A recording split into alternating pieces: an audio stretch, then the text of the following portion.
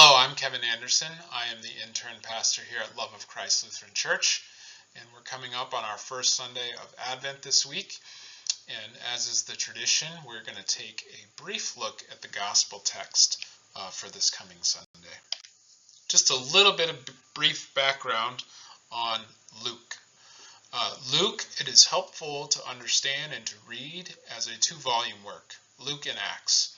And if you look at the first chapter of Acts and the first chapter of Luke, we can see that there is a connection to the author here, that this is indeed a two-volume work, who is written by, well, credit given to Luke for writing it. Luke is the author of the text, and he's a traveling co-worker with Paul.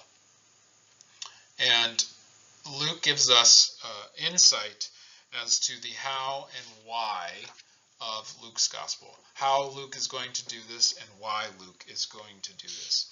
And Luke is going to consult eyewitness accounts, and he's going to look at traditions, and he's going to talk to the people, capture stories from them who have seen and heard of Jesus and his life and his resurrection. And why is Luke doing this? Well, Luke is going to put together an orderly account about the things that have been fulfilled among us to show us how the story of Jesus fulfills God's story, Israel's story, and the story of the whole world. Just some context for where we find our text this morning. In the early chapters of Luke, we get an introduction to Jesus, we get genealogy, we get the birth narrative of Jesus, we get an introduction to John the Baptist, etc. And then we move into Jesus' mission in Galilee and beyond as he chooses the 12 disciples and all of his teachings and parables and healings and all the things that come with Jesus' early mission starting in Galilee. And then Jesus is going to move to Jerusalem, and all of these stories and things are going to take place as he's on his way with his disciples. And then chapters 19, it's verse 19b, and then we get chapter 24. We get Jesus' final week in Jerusalem.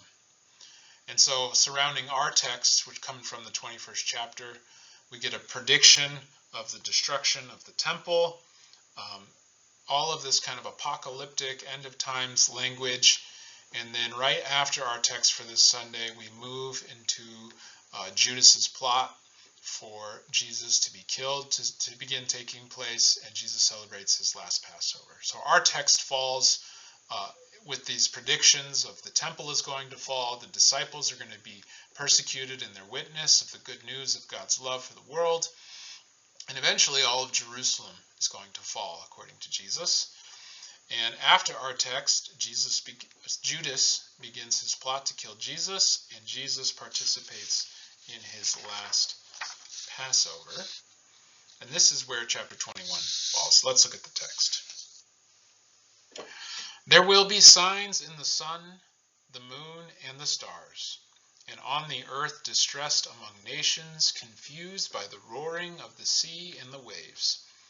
People will faint from fear and foreboding of what is coming upon the world, for the powers of the heavens will be shaken.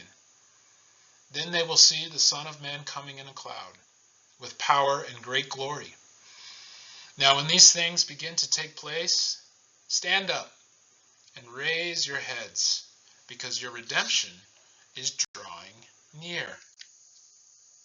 Then he told them a parable. Look at the fig tree and all the trees. As soon as they sprout leaves, you can see for yourselves and know that summer is already near. So also, when you see these things taking place, you know that the kingdom of God is near. Truly, I tell you, this generation will not pass away until all things have taken place. Heaven and earth will pass away, but my words will not pass away. Be on guard, so that your hearts are not weighed down with dissipation and drunkenness, and the worries of this life, and that day does not catch you unexpectedly, like a trap. For it will come upon all who live on the face of the whole earth. Be alert at all times. praying that you may have strength to escape all these things that will take place and to stand before the Son of Man. As is tradition in the lectionary readings, we begin a new church year with the end. Stories of the end Jesus is telling of what is to come, and it's pretty chaotic. So in this text, you get this apocalyptic language, which was very popular a few hundred years before Jesus' time and remained popular for a couple hundred years after his time.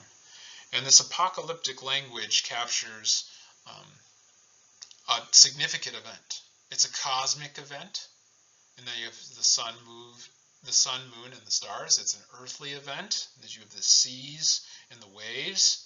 And you also have this human event. People will faint from fear of what is happening.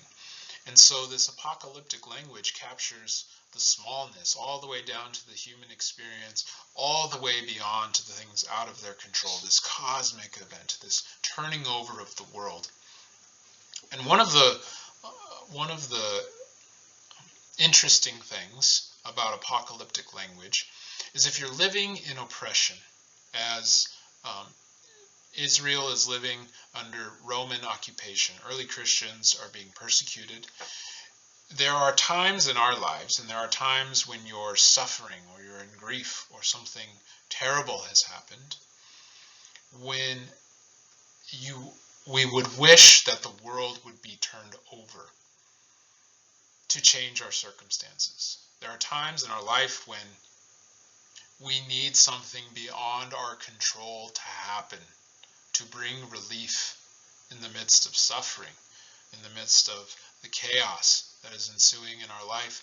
And so one of the draws of this kind of language is that it speaks to that reality, that somehow, some way in the suffering that is being experienced, that the world is going to turn over. And it's a hopeful message that this isn't the end. What we're going through, God has the power to work through, to flip on its head for good. And then we get this timing of the fig tree, right? We get this parable of sprouting, of new life taking place. And if you live through rough winters, not so rough here in the summer, but in the Midwest or something like that, and the trees are dead and the snow is on the ground, and when is this going to end? That question might enter our mind. And there's a promise, there's a hopeful proclamation that spring is going to come, that new life is going to be had. And when we see these things happen, when the turning of the world, our own world, begins to happen, or when we're in the winters, the promise of spring, the kingdom of God is near.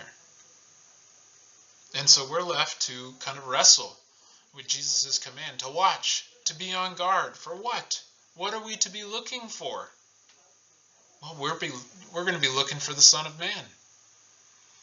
And kind of this language that Christians get to use is this now and not yet.